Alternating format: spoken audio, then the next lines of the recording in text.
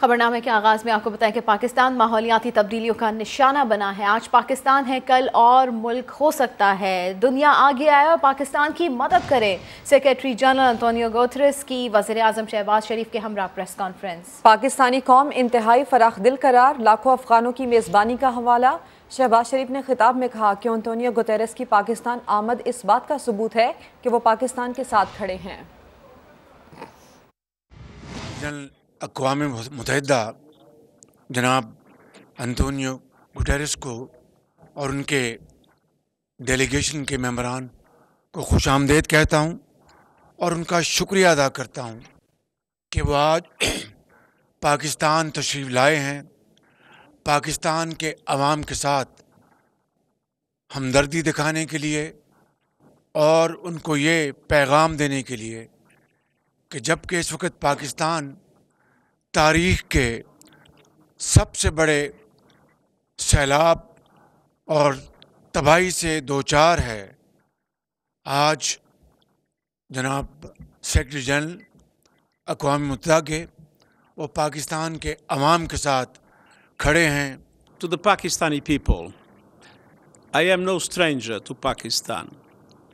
I have a love affair with your country since 17 years ago, when I started my functions as High Commissioner for Refugees. And I've always witnessed your enormous generosity, receiving at the moment more than 6 million Afghan refugees, protecting, assisting them, sharing your meager resources with them. And so I know what it means for the Pakistani people, this unprecedented natural disaster. अब आपको ये बताएं कि बालाई कोहिस्तान में सैलाब में तबाह होने वाला कंदिया वैली रोड अभी तक बहाल ना हो सका।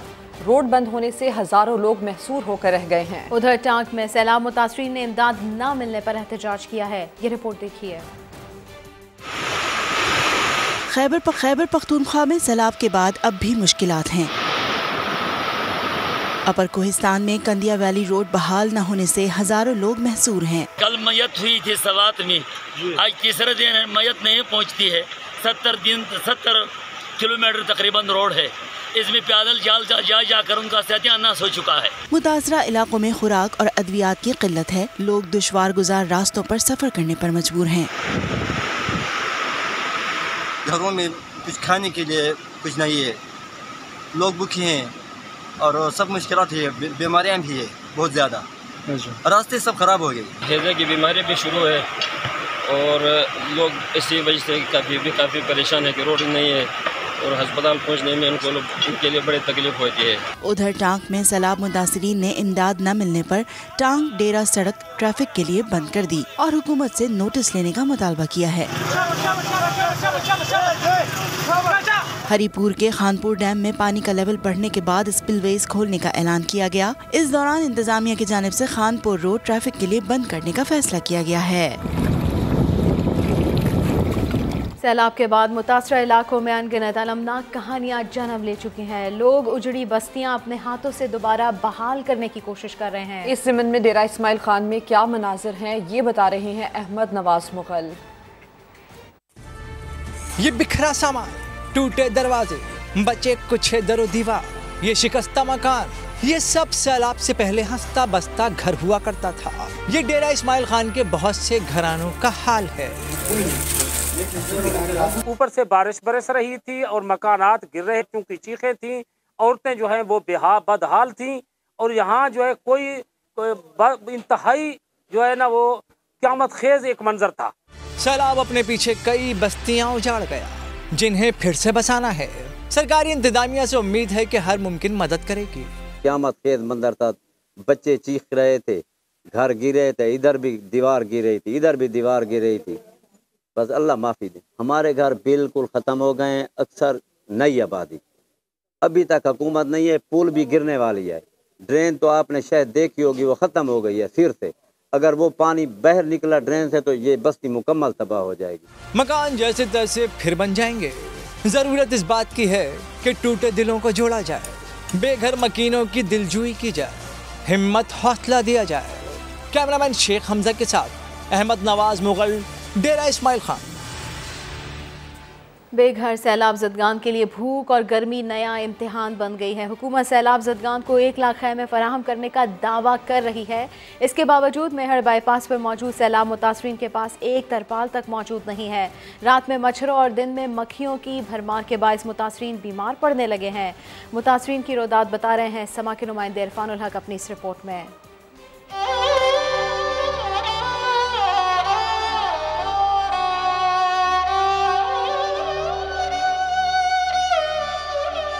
क्या जब शय गरीबुल वतनी होती है? इस सवाल का जवाब सिंध में सैलाब से सबसे ज्यादा मुतासरा जिला दादू में जा बजा मौजूद है। तहसील मेहड़ में मेहड़ बाईपास पर अतराफ के देहात से जान बचाकर निकलने वाले खानदान मौजूद हैं। वो लोग खुशकिस्मत हैं जिन्हें दरख्त का साया मयसर आ गया है, वरना 40 डिग्री से ज्यादा की गर्मी और हब्स खुले आसमान तले मौजूद बच्चों का कड़ा इम्तिहान ले रही है। सख्त जान कबूतर भी गर्मी से बचने के लिए साया ढूंढते नजर आते हैं। मेहड़ की यूसी मंगवानी के गांव अली शिरवा का अल्लाह दित्तो भी आधी रात को सैलाब आने के बाद बहुत मुश्किल से बच्चों को लेकर निकला था। अभी तो 15-10 फुट पानी खड़ा है हमारे गांव में, इतना पानी है अभी तक। अभी रात को आया था, हम सोए थे, कुछ भी नहीं निकला, नहीं कोई माल नहीं को कुछ भी नहीं बचे। निकले ये जो कपड़े पाने ये पाने, और कुछ भी हमारे साथ कोई शे नहीं बची है। बहुत दुख से निकले, ऐसे तो नहीं निकले। रात को किसी को उठाओ नींद से साहब, ये तो मुश्किल है। भूख पे उन पे ऐसे ही मना निकला, तड़प रहे थे बच्चे। जैसे कोई मच्छी को पानी को निकाल रहे, मच्छी तड़प दिया पानी की वजह से, बच्चे भी हमारे ऐसे तड़प रहे थे। सिंध हुकूमत ने 1 लाख से जायद खेमे मुतासरा इलाकों में भेजने का दावा किया है, मगर मेहड़ बाईपास पर मौजूद मुतासरा खानदानों के पास एक तरपाल तक नहीं पहुंची है। नहीं राशन है, नहीं कोई टेंट है। खुदा न खास बारिश हो जाता, हमारे ये छोटे छोटे बच्चे मर जाएगा बारिश में, ये किधर जाएगा?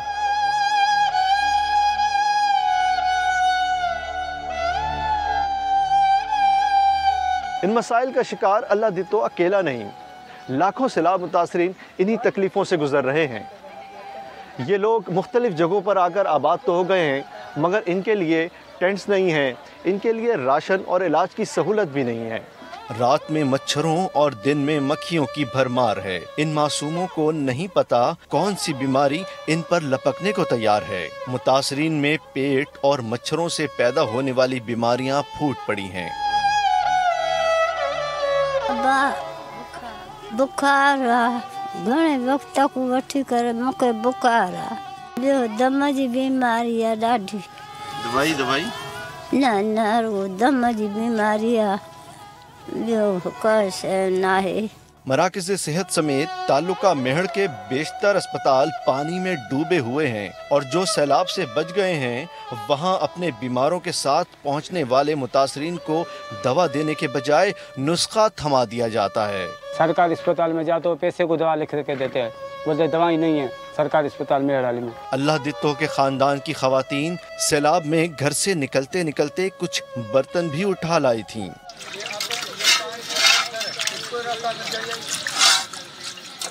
इस उम्मीद पर कि शायद कभी सरकारी राशन पहुंच जाए, मगर राशन नहीं आ रहा और मजबूर मुतासरीन अपने सैलाब में डूबे घरों में बार बार जाकर बचा कुचा अनाज ढोकर ला रहे हैं। मुखय्यर हजरात की तरफ से खाना तो आ रहा है, मगर हर बार चावल दिए जाने की वजह से भी मसाइल हो रहे हैं।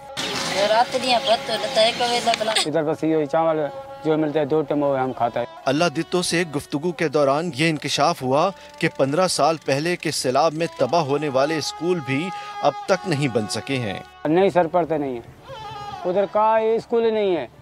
2007 में सैलाब आया था, 2010 में का शही नहीं बची ना।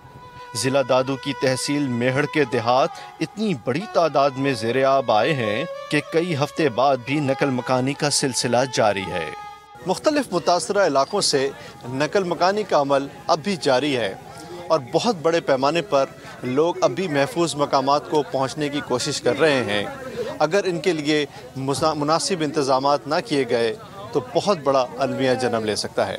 कैमरामैन सनाउल्लाह के साथ इरफानुल हक, मेहड़, दादू। सिंध में सैलाब मुतासरीन के कैंप्स में बीमारियां फूट पड़ी हैं। खैबरपुर में 4 अफराद जिंदगी की बाजी हार गए हैं। सक्खर में भी एक बच्चा गैस्ट्रो से जाम बहक हो गया।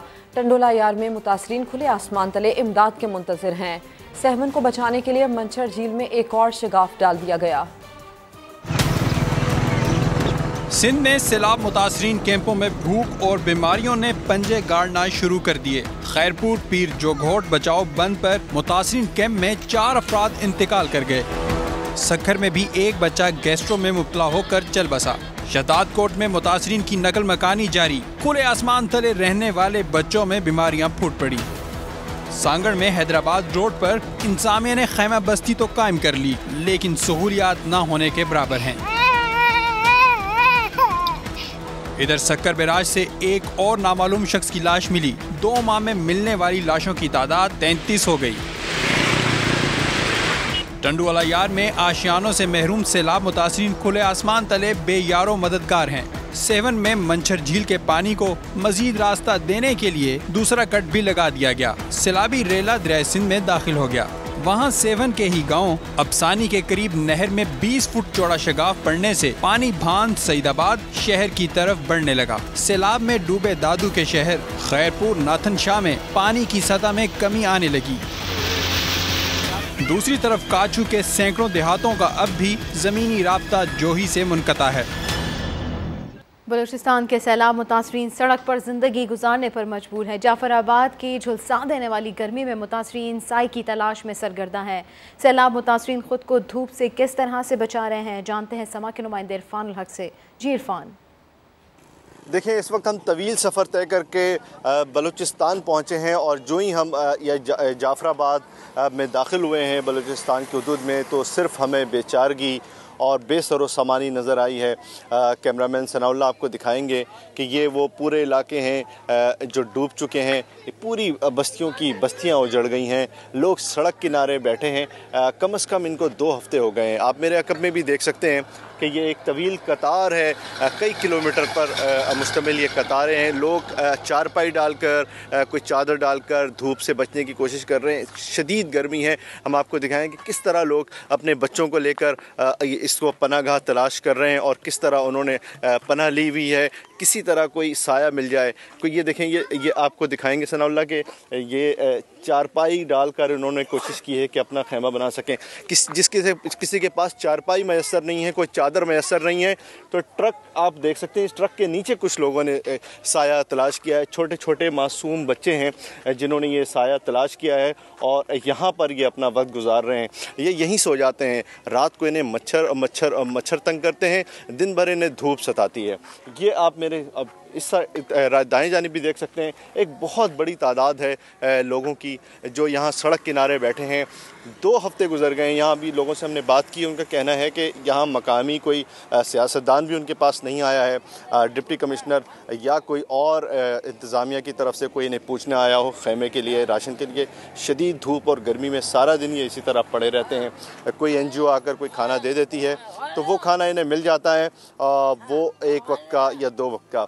इसके अलावा कोई सहूलत इन्हें मैसर नहीं है। तो ये सूरत हाल है सैलाब ज़दा इलाकों की, बलूचिस्तान की, जाफराबाद की। जी इरफानुल हक, आपका शुक्रिया। आगे बढ़ते हुए खबर दें, चेयरमैन तहरीक इंसाफ इमरान खान का 1 अरब दरख्त लगाने का मंसूबा बयानात की हद तक महदूद रहा। बुजदार हुकूमत ज़िला बहावलनगर में 1000 एकड़ रकबे पर भी 1 दरख्त न लगा सकी। बात करते हैं, अब्बास नकवी हमारे साथ हैं। अब्बास, बताइए क्या क्या इंकशाफात हुए हैं रिपोर्ट में? जी बिल्कुल, पंजाब असेंबली में ये रिपोर्ट जमा करवाई गई है और उसमें कहा गया है कि चेयरमैन तहरीक इंसाफ इमरान खान का जो मिलिट्री मंसूबा है वो सिर्फ बयानात तक के हद तक महदूद था और गुजरात सरकार मिलिट्री मंसूबे पर अमल दरामद करने में पूरी तरह नाकाम रही। जिला बहावलनगर में गुजरात हुकूमत हजारों एकड़ रकबे पर 1 भी दरख्त लगा सकी और इस अमल की ये भी बताया गया है रिपोर्ट के अंदर कि बहावलनगर में मुकर्रर शुदा 7,998 एकड़ रकबे पर 1 भी दरख्त लगाया जा सका। इसके साथ साथ 8,505 एकड़ रकबा जो है वो बंजर आज भी पड़ा है। सड़कों की 342 किलोमीटर और नहरों के 2088 EDM की शजरकारी से महरूम रहे। इसके अलावा 10,714 एकड़ रकबा 3.5 साल तक खुद साली का शिकार रहा। रिपोर्ट में ये भी इंकशाफ किया गया है कि महकमा अनहार की तरफ से हफ्ते में सिर्फ 2 दिन 1 से 6 क्यूबिक पानी जो है वो दिया जाता था और हजारों एकड़ जंगल की हिफाजत के लिए 4 लाख जो है वो सारे मामले में तैनात किए गए थे। अब्बास नकवी, आपका शुक्रिया। मौसमियाती तब्दीलियों के नतीजे में आने वाली तबाही के सबसे ज़्यादा शिकार मुल्क पाकिस्तान को माहौलियात पर अक़वाम मुत्तहिदा के आलमी कॉन्फ्रेंस की सरगर्मियों में मुकम्मल तौर पर नज़रअंदाज कर दिया गया। पेरिस एग्रीमेंट के तहत United Nations framework convention on climate change की सालाना कॉन्फ्रेंस इस बार मिस्र में 7 से 18 नवंबर तक मुनक़्क़िद होगी। कॉन्फ्रेंस की ज़िमनी सरगर्मियों का शेड्यूल जारी कर दिया गया है। अफसोसनाक बात यह है कि सैकड़ों सरगर्मियों में एक भी पाकिस्तान की मौजूदा सूरत हाल पर मुनक़्क़िद नहीं हो रही। हालांकि इस कॉन्फ्रेंस के इनेकाद का मकसद ही आलमी ग्लोबल वार्मिंग से पैदा होने वाली सूरत हाल का जायज़ा और इससे निमटने के लिए इक़दाम हैं। जर्मन वॉच के मुताबिक मौसमियाती तब्दीलियों से सबसे ज़्यादा मुतासर होने वाले 10 ममालिक में पाकिस्तान शामिल है। वज़ीर आज़म शहबाज शरीफ ने इस्लामाबाद हाई कोर्ट को लापता अफराद की बाजियाबी के लिए हर मुमकिन कोशिश की यकीन दहानी करवा दी है। अदालत ने वफाकी हुकूमत को 2 महीनों का वक्त दे दिया। चीफ जस्टिस अतर मुनल्ला ने रिमार्क्स दिए कि हमने आइन के मुताबिक फैसला देना है और आइन में वज़ीर आज़म ही जिम्मेदार है। एक चीफ एग्जीक्यूटिव ये नहीं कह सकता कि वो बेबस है और परवेज़ मुशर्रफ वाली पॉलिसीज़ जारी रखने पर मजबूर है। आइन की मंशा पर अमल नहीं होता तो सबको पैक करके घर जाना चाहिए। सुहेल रशीद की रिपोर्ट देखिए।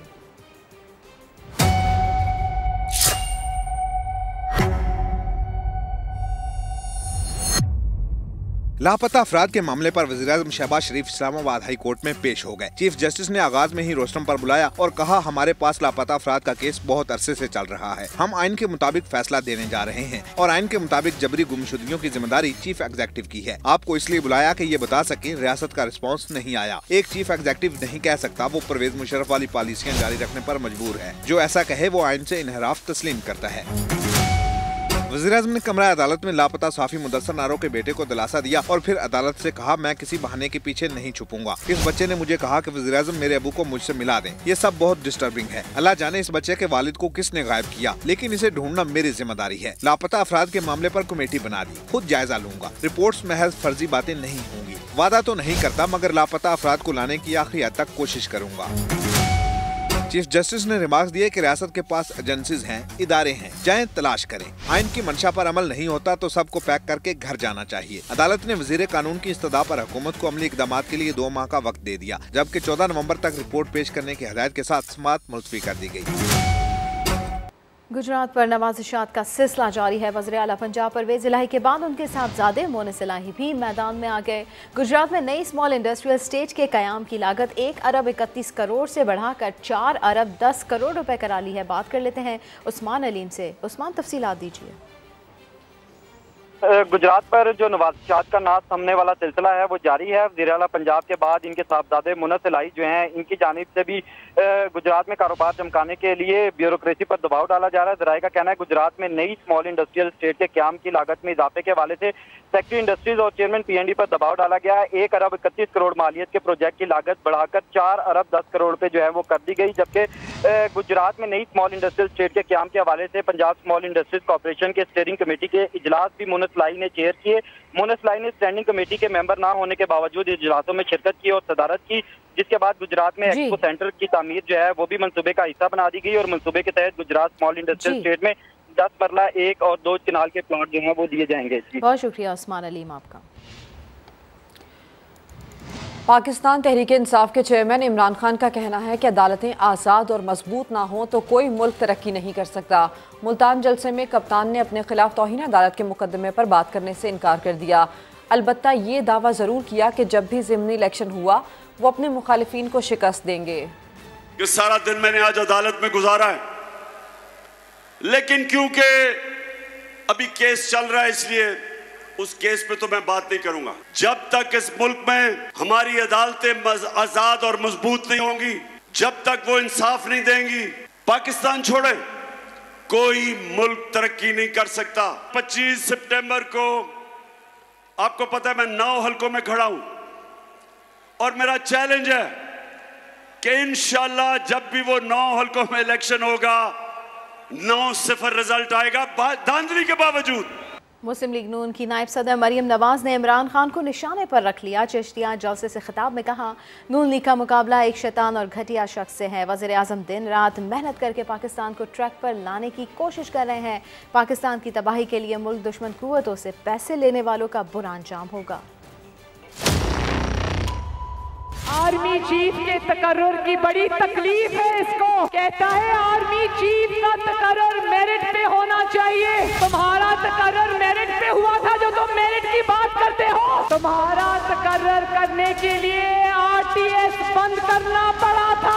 तुम्हारा तकर्रुर करने के लिए नवाज शरीफ को इकामा में सजा देकर उसकी बेटी के साथ जेल के सलाखों के पीछे फेंकना पड़ा था।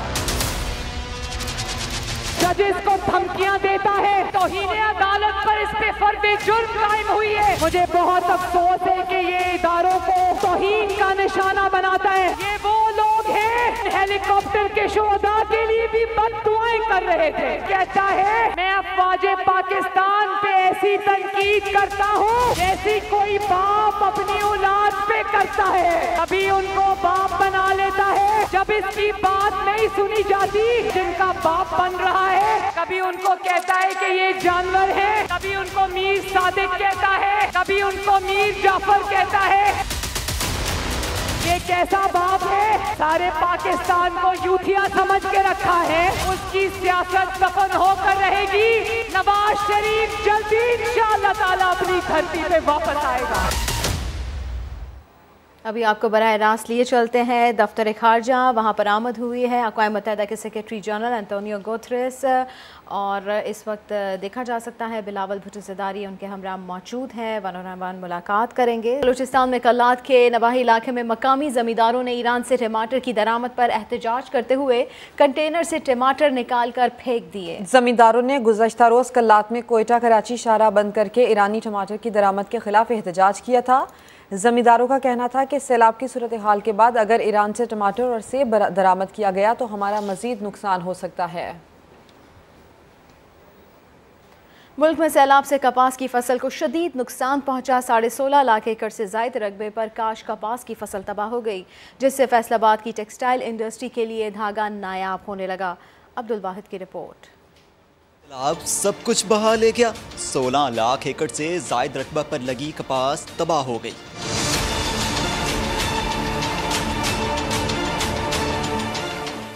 शदीद बारिशों, ज़ालाबारी और सैलाब के बायस बलूचिस्तान में 100%, सिंध में 80%, जबकि पंजाब में 30% से ज़ायद कॉटन की फसल पानी की नज़र हो गई। पैदावारी टारगेट 1 करोड़ 10 लाख बेल से कम होकर सिर्फ 60 लाख बेल तक रह गया।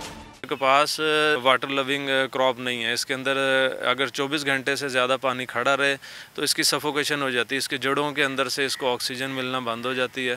कपास की तबाही से फैसलाबाद के सनतकार भी परेशान। धागे की कीमतों में 30% से ज़ायद का इजाफा हो गया।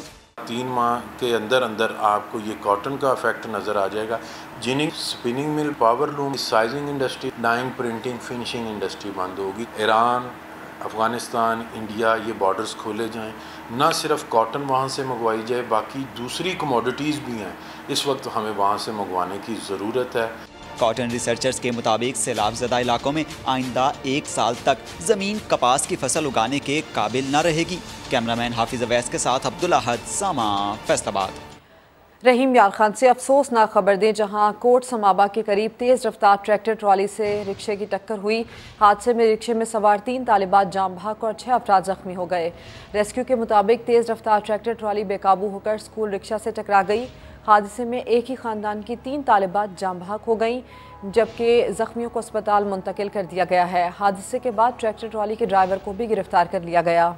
पाकिस्तान क्रिकेट बोर्ड ने ICC T20 वर्ल्ड कप के लिए साबिक ऑस्ट्रेलवी बल्लेबाज मैथ्यू हेडन को एक बार फिर कौमी टीम का मेंटोर मुकर्रर कर दिया। मैथ्यू हेडन 15 अक्टूबर को ब्रिस्बेन में कौमी टीम के साथ मुंसलिक होंगे। वो 2021 के T20 वर्ल्ड कप में भी पाकिस्तानी टीम के साथ काम कर चुके हैं। चेयरमैन PCB रमीज़ राजा का कहना है कि वो मैथ्यू हेडन को टीम में फिर से खुशामदीद कहते हैं। ऑस्ट्रेलवी माहौल और खेल से मुतालिक हेडन का तजुर्बा कौमी खिलाड़ियों के लिए मुफीद साबित होगा। उधर मैथ्यू हेडन का कहना है कि वो दोबारा पाकिस्तान टीम के साथ मुंसलिक होने पर खुश हैं। गुजरांवाला के सोशल सिक्योरिटी अस्पताल में मजदूर मरीजों के लिए वर्जिश और मुफ्त फिजियोथेरेपी का आगाज किया गया है। इस हवाले से तफसील बताएंगे मोहसिन खालिद। मोहसिन, आगाह कीजिए।